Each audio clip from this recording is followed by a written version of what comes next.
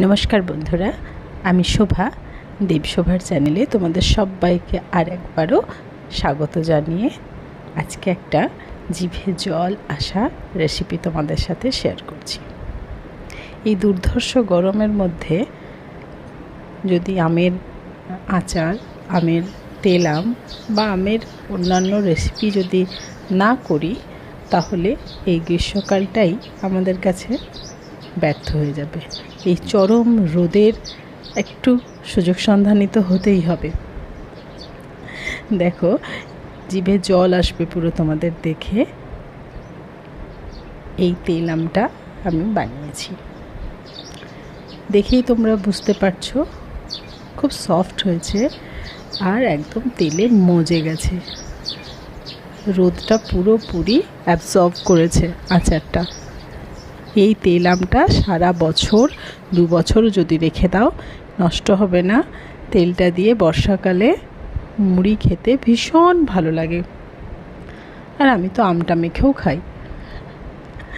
যাই হোক, এই রকমই যদি টেস্টি জিভে জল আনা একটা রেসিপি তোমরাও যদি ট্রাই করতে চাও, তাহলে চলো তোমাদের সাথে রেসিপিটা শেয়ার করি।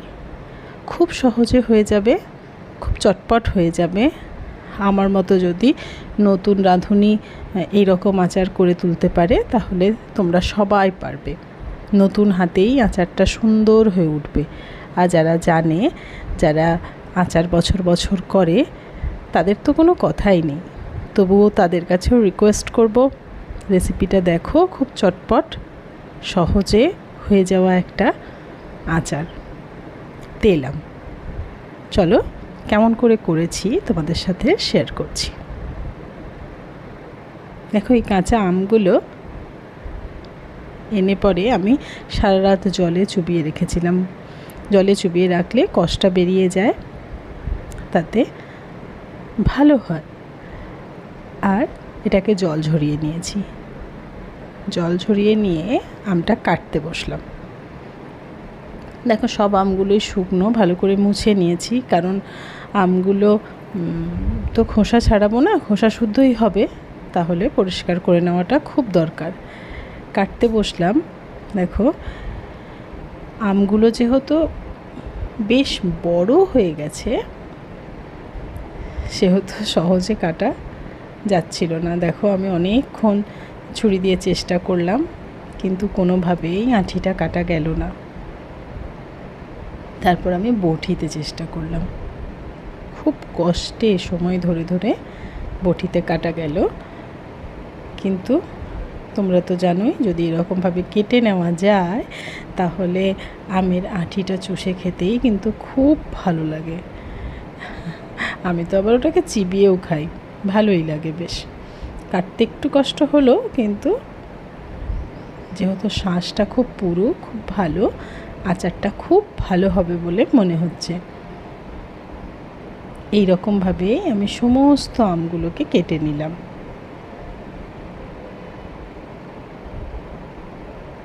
দেখো, আমগুলোকে সব টুকরো টুকরো করে নিয়েছি।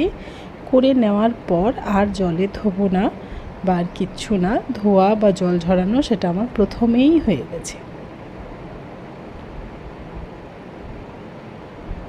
বেশ পিসগুলো আমের খুব বড়ও করিনি, খুব ছোটও করিনি, কারণ একটা পিস গোটাটা বার করে নিয়ে নষ্ট করলে হবে না, খেয়ে নিতে হবে। আর আমের পিসটা বার করে তখন কাটা ছেঁড়া করা খুব মুশকিল, তাই মিডিয়াম সাইজে আমি কেটে নিয়েছি। এর মধ্যে একটুখানি নুন দিয়ে নিলাম আর একটু হলুদ।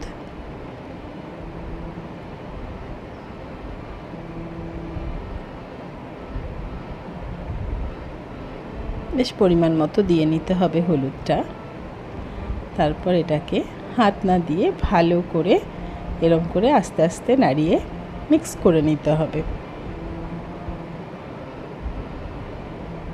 জায়গাটা একটু ছোট হয়েছে, তবে এর বড় জায়গা আমার ঘরে ছিল না। প্লাস্টিকে আচার করাটা ঠিক উচিত হবে না, তাই প্লাস্টিকের কোনো পাত্র নিইনি বা অ্যালুমিনিয়ামও নিইনি, স্টিলের একটা জায়গাতেই করলাম। কারণ আমটা যেহেতু খুব টক, অ্যালুমিনিয়ামের কোনো বাসন হলে সেটা ফুটো করে দেবে। আর প্লাস্টিক হলে প্লাস্টিকের কষ্ট এর সাথে মিশে যাবে, তাই আমার কাছে অ্যালুমিনিয়ামের তো ছিলও না, স্টিলের যা ছিল তাতেই নিলাম। নিয়ে এরম করে রোদের মধ্যে এটাকে 5-7 ঘন্টা রেখে দিলে আমটার যে এক্সট্রা ময়েশ্চার আছে সেটা ড্রাই হয়ে যাবে।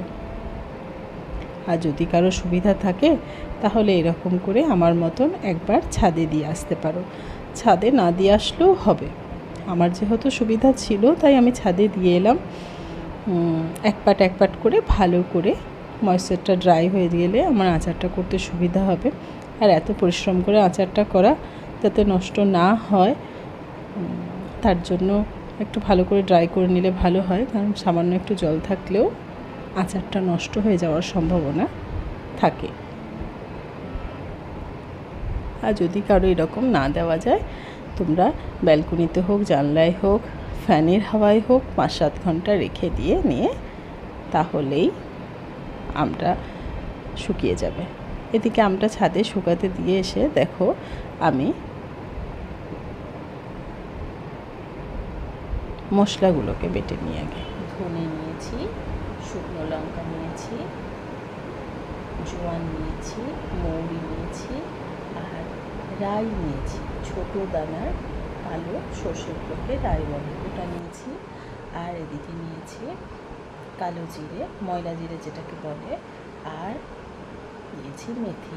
এই সমস্তগুলোকে আমরা ড্রাই রোস্ট করে বাটবো, কারণ এগুলোতে হালকা ময়েশ্চার আছে বলে বাটার সময় খুব একটা ঝরঝরে বাটা হবে না। আর আচার এটাকে সারা বছর রাখতে হবে, তাই মশলাগুলোকে একটু ড্রাই রোস্ট করে নেবো, যাতে এগুলো একটু মচমচে হয়ে গেলে খুব সুন্দর গুঁড়ো হবে। প্রথমে দিয়ে নিয়েছি ধনেটা একটু ড্রাই হওয়ার পর তারপর দিলাম শুকনো লঙ্কাগুলো, তারপর একে একে সব গোটা মশলাগুলো অ্যাড করব। এর মধ্যে দিয়ে নেব এরপর মুড়ি,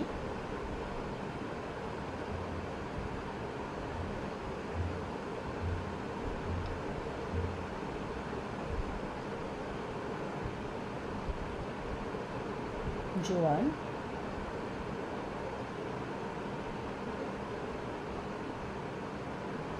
কালো জিরে বা অনিয়ন সিড যেটাকে বলে,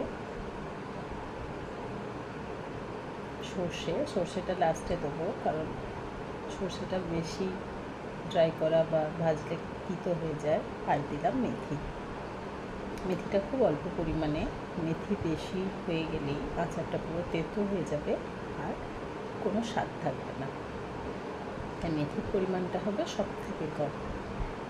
এগুলোকে একটু হালকা করে ড্রাই করে নিলাম, তারপর এগুলোকে একটু ঠান্ডা করে নিয়ে তারপর এগুলো গুঁড়ো করব।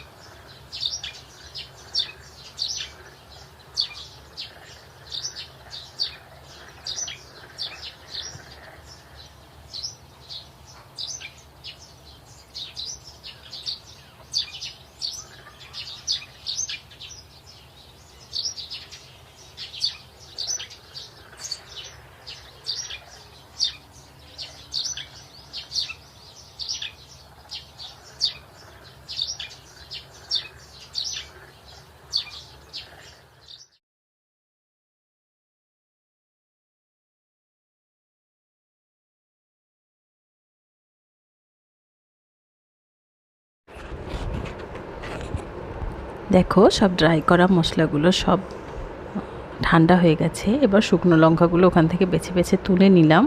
এটা লাস্টে আচারে অ্যাড করব, কারণ তেল আমে লঙ্কাগুলো তুলে খেতে পরে মুড়িতে বেশ ভালোই লাগে। আর আমি লঙ্কা গুঁড়ো অ্যাড করব বলে আর বেশি লঙ্কা এখানে দিলাম না, এখানে 2-4টে লঙ্কা মশলার সাথে বেটে নেব। মিক্সির জারে সব মশলাগুলো নিয়ে নিলাম।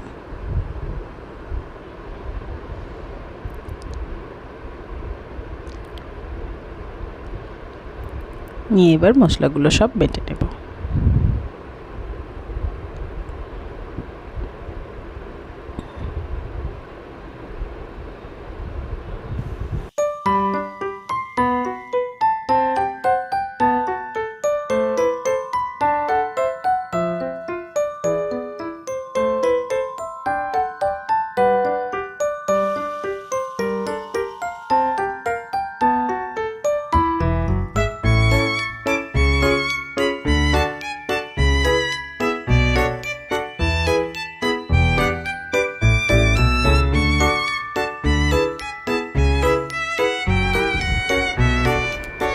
দেখো মশলাগুলোকে আমি আস্তে আস্তে 2-3বার দেখে দেখে বেটেছি, গুঁড়ো করে নিয়েছি, যাতে মশলাগুলো খুব ফাইন পাউডারের মতন মিহি না হয়ে যায়।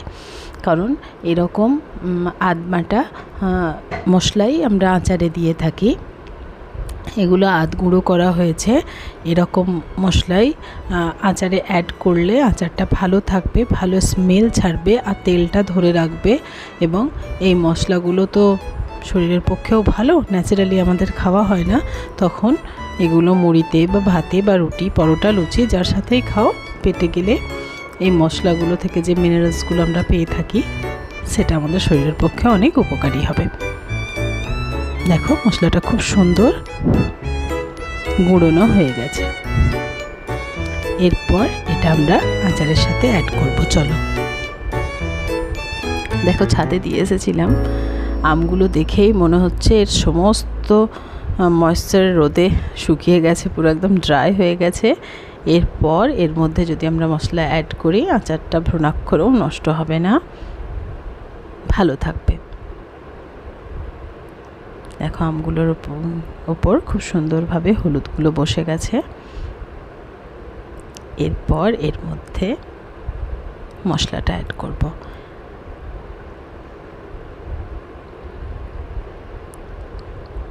একবার একটু পরিশ্রম হয় বটে বন্ধুরা, কিন্তু সারা বছরের জন্য একটা টেস্টি আর হেলদিও আমাদের ঘরে খাবার সব সময় মজুদ থাকে। মশলাটা এর উপর ঢেলে দিলাম।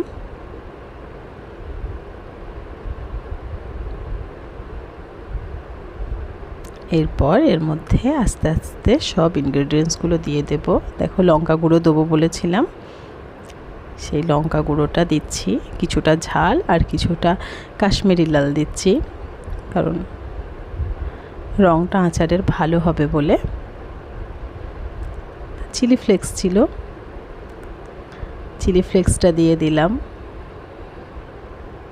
তোমরা থাকলে দেবে, না থাকলে লঙ্কা গুঁড়ো যথেষ্ট।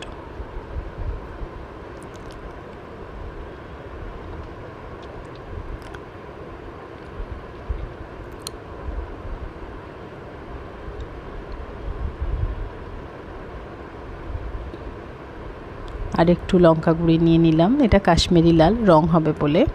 খুব ঝাল আমরা খাই না, তোমরা যদি ঝাল খাও পরিমাণ মতন, স্বাদ মতন এই সময় ঝালটা অ্যাড করতে পারো। নুনটা রোদে, আমটা রোদে শুকোতে দেওয়ার সময় নুন দিয়েছিলাম, তাই এবার নুনটা পরিমাণ মতন বুঝে দেব।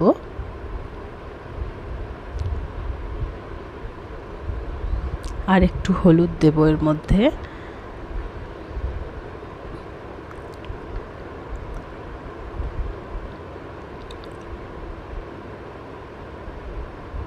আর দিয়ে নেব সর্ষের তেল, যেটা ভীষণ ইম্পর্ট্যান্ট। এই সর্ষের তেলের সাথেই মশলাগুলো মিশে গিয়ে তবে এটা মজবে ভালো। আর অয়েলটা এর প্রিজারভেটিভও বলতে পারো, এর জন্যই আচারটা থাকবে সারা বছর এবং জলটা এর মধ্যে বিন্দুমাত্র কোথাও নেই, মশলাগুলো আছে সব ড্রাই করা, আর তেলটা দিলেই আচারটা নষ্ট হয় না, সারা বছর থাকে। এই যে এটা মিক্স করার সময় যে স্মেলটা আসছে, তাতেই জিভে জল আসছে।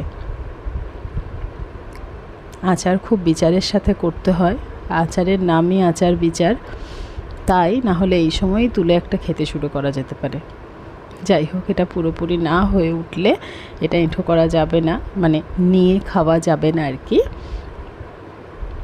তাই খুব কষ্টে লোভ সম্বরণ করে আচারটা করছি আর তোমাদের সাথে শেয়ার করছি রেসিপিটা। হাত দেওয়া যাবে না একদম, তাই খুন্তি করে এটাকে ভালো করে মিক্স করে নিচ্ছি।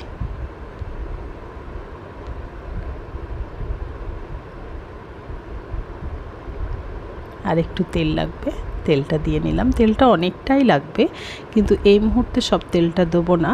তেলটা দিলেই সমস্ত মশলাগুলো আমের গা থেকে নেমে গিয়ে নিচে তলায় জমা হয়ে যাবে। তাই হালকা মাখো মাখোভাবেই তেলটা দিলাম। যখন এটা রোদ দিয়ে একদম যে ড্রাই হয়ে যাবে, যখন মশলাগুলো এর গায়ে পুরো বসে যাবে, তারপর তেলটা অ্যাড করলে আমের গায়ে মশলাগুলো লেগে থাকবে। না হলে কিন্তু সমস্ত মশলাগুলো ধুয়ে গিয়ে পুরো নিচে তেলে জারের নিচে জড়ো হয়ে যাবে, আর আমগুলো পুরো মশলা ছাড়া তেলে ভাসবে। তাই আমি অল্প অল্প তেল দিয়েই ভালো করে এটাকে মাখিয়ে নিলাম।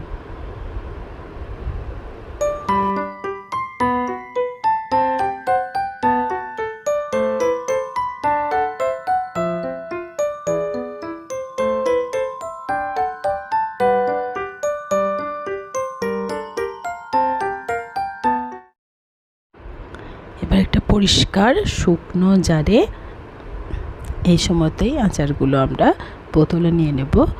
কাঁচের বোতলে রোদটা ভালো পাবে ভেতরে, এবং আচারগুলো মজতে হেল্প হবে। তাই আমরা কাঁচের বোতলের মধ্যে আচারটা এই সময়তে নিয়ে নেব, তাহলে এদিক ওদিক করতে হবে না, আর সুন্দর আচারটা রোদে দিতে সুবিধা হবে।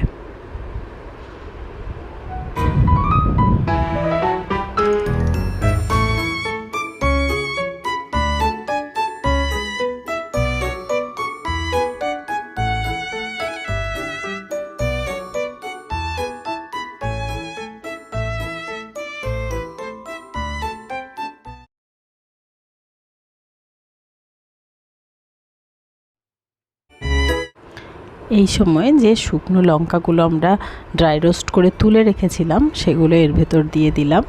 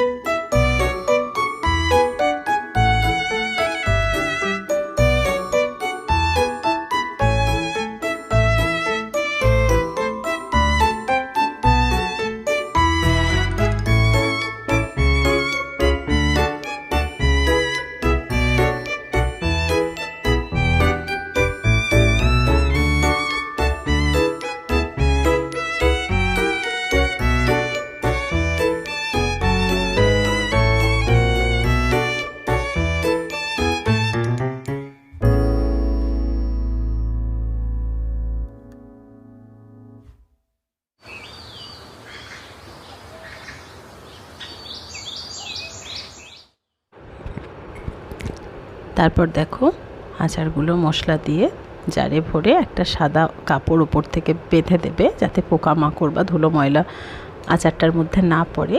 আর এটা তারপর একটুখানি রোদে দিয়ে দেবে। আর আমার সব আমগুলোতে ধরেনি, সব আমগুলো তেল আম করবো না, এইভাবে আচার করেও কিছুটা শুকিয়ে রাখবো, তাই এটা এর মধ্যে দিয়েই রোদে দিলাম। আর তেল আমেরটা মুখে কাপড় বেঁধে রোদে দিলাম। এটা একদিন নয়, এরকম 4-5 দিন রোদে নামিয়ে দিতে হবে। আর যাদের রোদের তেমন আসে না, তারা একটু ড্রাই ওয়েদারে দিয়ে দিলেই আচারটা রেডি হয়ে যাবে। আবারও এটা সারা বছর রাখতে গেলে মাঝে মধ্যে এটাকে রোদে দিলে ভালো হয়, কারণ এটা পুরোপুরি রোদের হিটে তৈরি হওয়া আচার, ভীষণ সুস্বাদু। আমি প্রথমেই তোমাদের সাথে এই ক্লিপটা শেয়ার করলাম। দেখো আচারটা বেশ 3-4 দিন মতো রোদে দিয়ে এই রকম তৈরি হয়েছে। তোমাদের যদি এই রেসিপিটা দেখে ভালো লাগছে, জিভে জল আসছে, এরকম ছোটোখাটো রান্না দেখতে এবং ছোটোখাটো ঘুরে বেড়ানো জায়গাগুলোর এক্সপিরিয়েন্সও আমি তোমাদের সাথে শেয়ার করি। এগুলো যদি তোমাদের ভালো লেগে থাকে, অতি অবশ্যই চ্যানেলটিকে লাইক করো, শেয়ার করো আর সাবস্ক্রাইব করো। চ্যানেলটি এখন নতুন, চ্যানেলটি ইমপ্রুভ করলে কাজ করতে আরও ভালো লাগবে। Thank you so much for watching. Thank you.